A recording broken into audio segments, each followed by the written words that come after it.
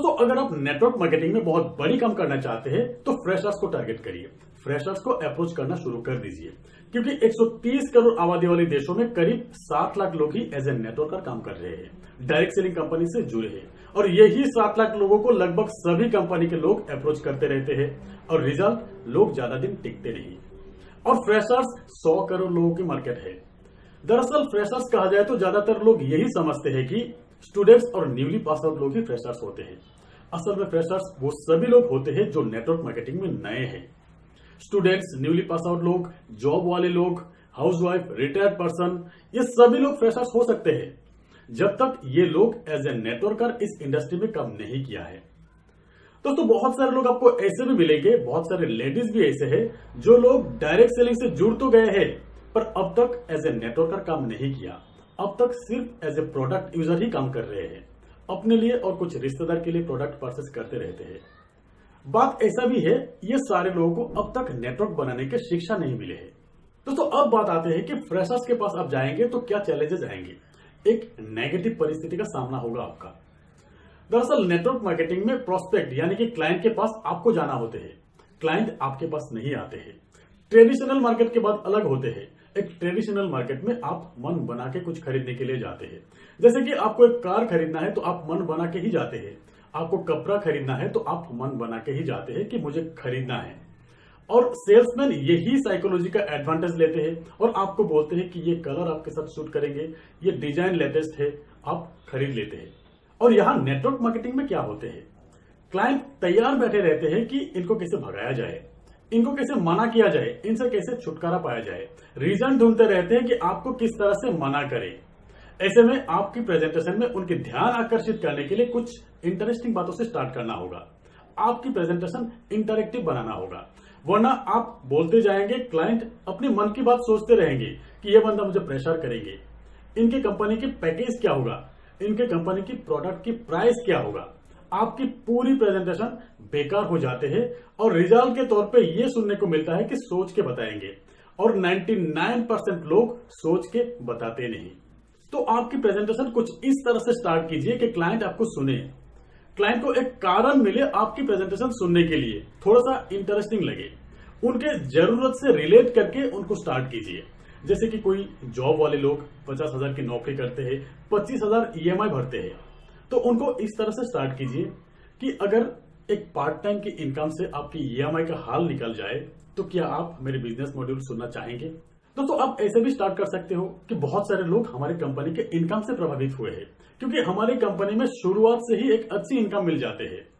आप कुछ प्रोडक्ट से भी स्टार्ट कर सकते हो, प्रोडक्ट की इमेज दिखाइए, प्रोडक्ट लेके भी जा सकते हैं कि हमारी कंपनी के ये प्रोडक्ट अपने आप में एक मिराकल है, हजारों फैमिली हर महीना रिपीटेडली परचेस करते रहते हैं, क्योंकि ये प्रोडक्ट इस्तेमाल करने पर बहुत सारी बीमारी से राहत मिलते हैं। सिर्फ 1200 की है प्रोडक्ट।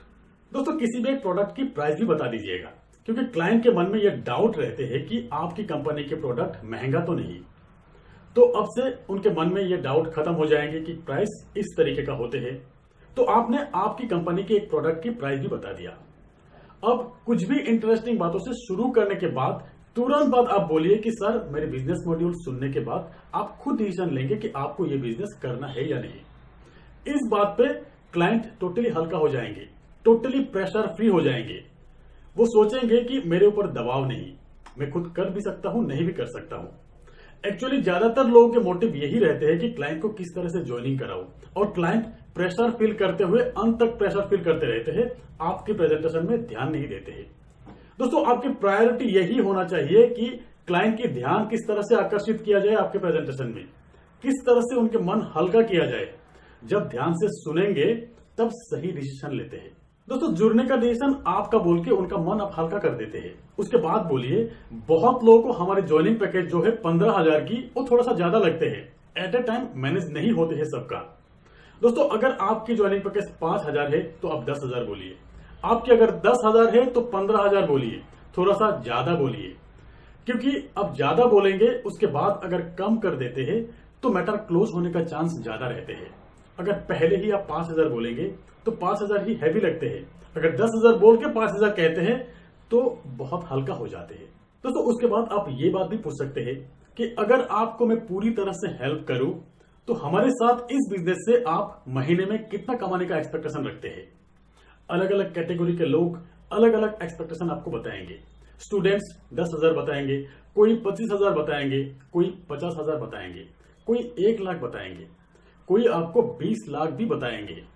जो भी बताते हैं आप पूरी रेस्पेक्ट से सुनिए। उसके बाद आप धीरे से बोलिए कि अगर आपको ये इनकम चाहिए तो मुझे आप कितना समय दे सकते हैं, हमारे इस बिजनेस को आप कितना समय दे सकते हैं। देखिए, इसी बातों पे पूरी रियलिटी पे आ जाएंगे। कोई अगर अननेसेसरी 20 लाख 50 लाख भी बोल देते हैं, वो पूरी रियलिटी पे आ जाएंगे।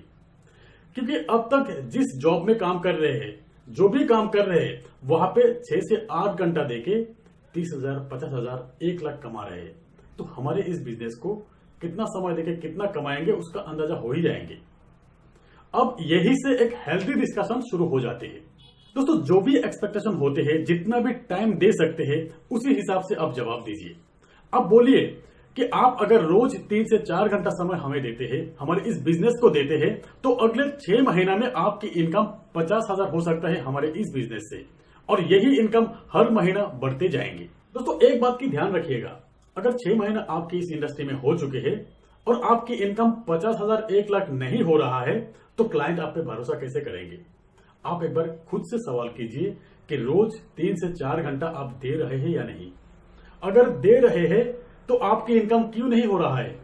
खुद से सवाल कीजिए। सही तरीका से काम कर रहे हैं या नहीं? प्रॉपर स्ट्रेटेजी से काम कर रहे हैं या नहीं? पिछले 1 हफ्ते में कितना घंटा आपने काम किया?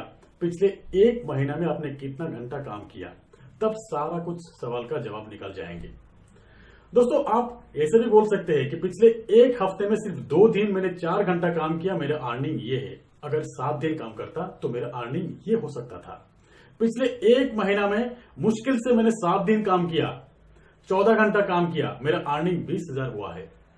अगर मैं हर रोज 3 घंटा काम करता तो मेरा अर्निंग ये हो सकता था। तो दोस्तों, एक फ्रेशर्स को अप्रोच करने के लिए ऐसे ही कुछ इनोवेटिव आइडिया अपनाइए, ऐसे ही कुछ इंटरेस्टिंग बातों से स्टार्ट कीजिए, आपकी काम बन जाएंगे। तो दोस्तों, आज बस इतना ही। मिलते हैं मेरे अगले वीडियो में, तब तक के लिए बाय, जय हिंद।